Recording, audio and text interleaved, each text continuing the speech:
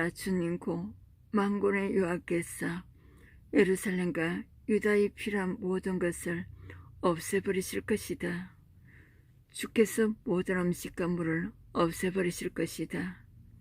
모든 영웅과 용사들, 재판관과 예언자들, 점쟁이와 장로들을 없애버리실 것이다.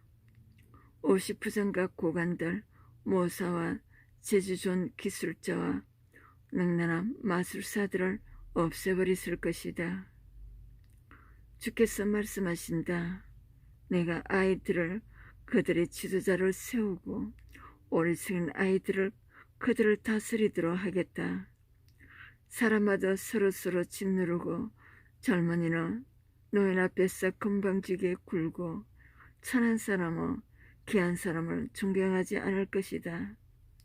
그때가 되면 사람이 자기 집안의 형제 가운데 하나를 붙잡고 너는 겉옷을 가졌으니 우리 지도자가 되어다오.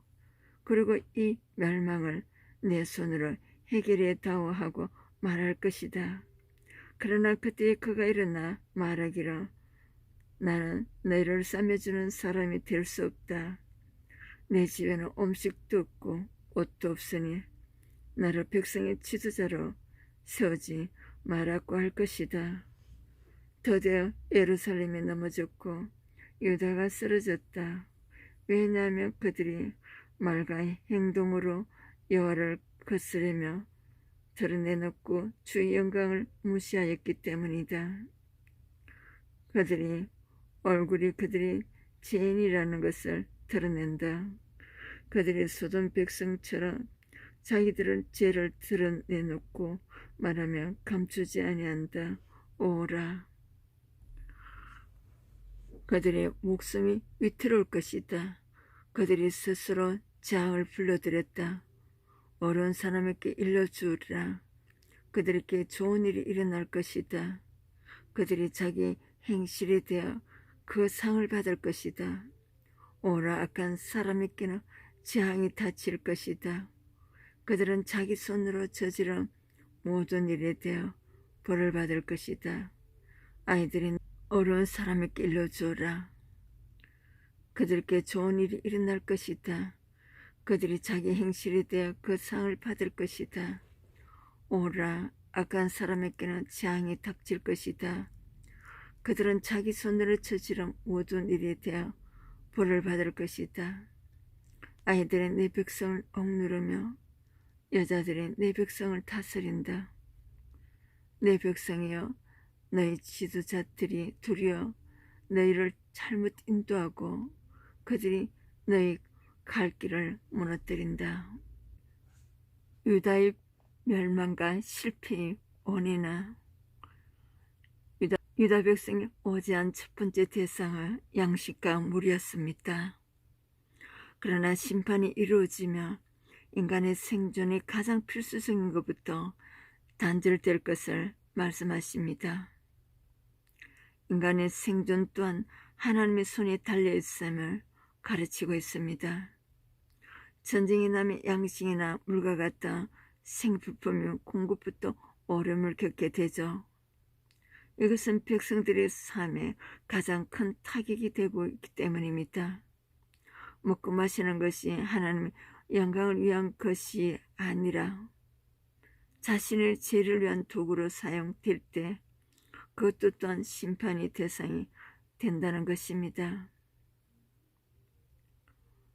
2절에서 3절에서는 11개의 지도급이 언급되고 있습니다.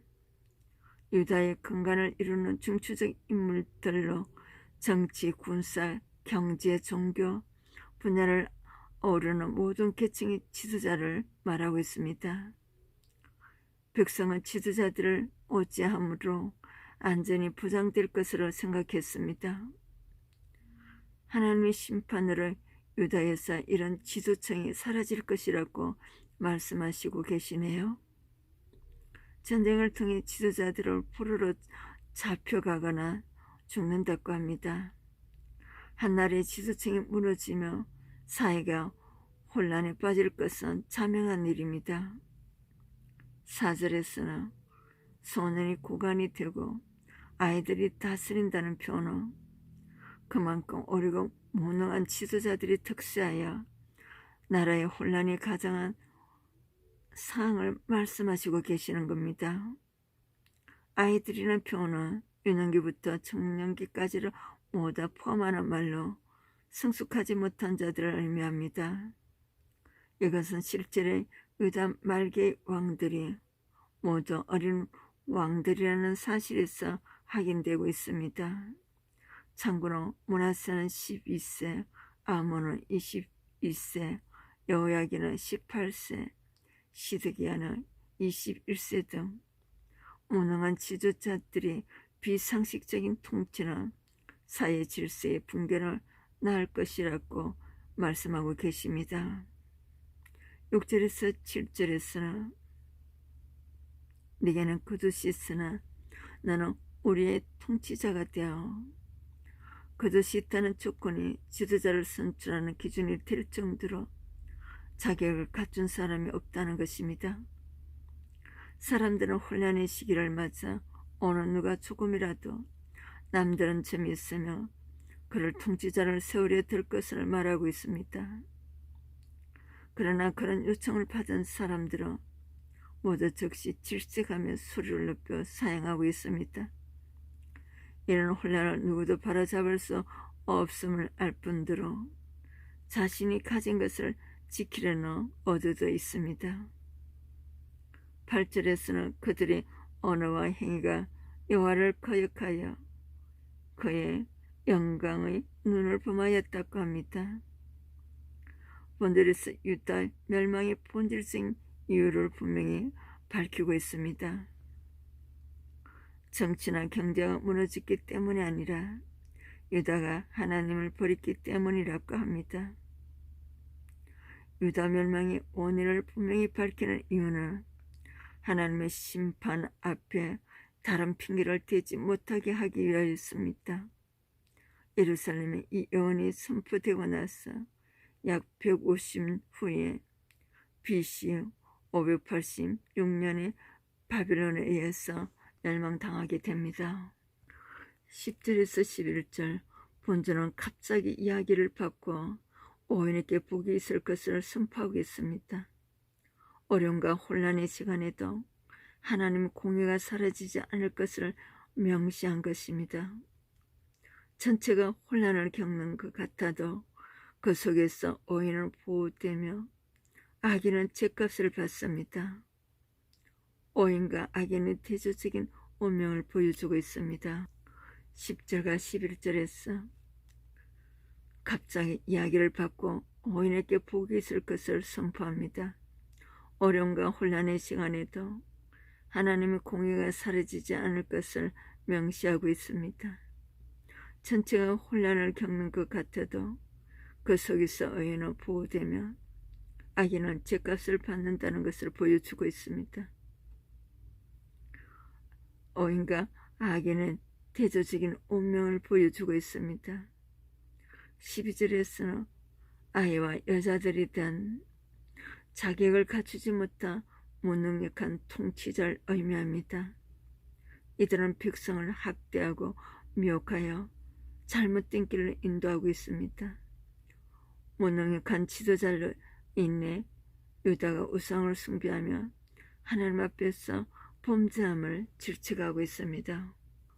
본문에서는 예루살렘의 멸망과 유다의 붕괴에 대한 세부적인 내용을 기록해 주셨습니다. 생존 수단이 양식과 식수가 끊어지게 하고 사회 각 분야의 지도자들이 사라지고 자격 없는 무능한 사람들이 다스리며 백성들을 시야의 모든 질서가 붕괴됨을 말씀합니다.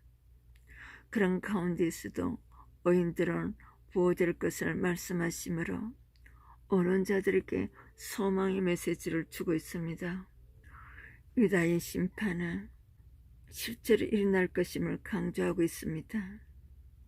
심판을 통해 혼란이 일어났을 때에도 그것이 하나님의 뜻임을 확실히 하기 위한 말씀을 하십니다.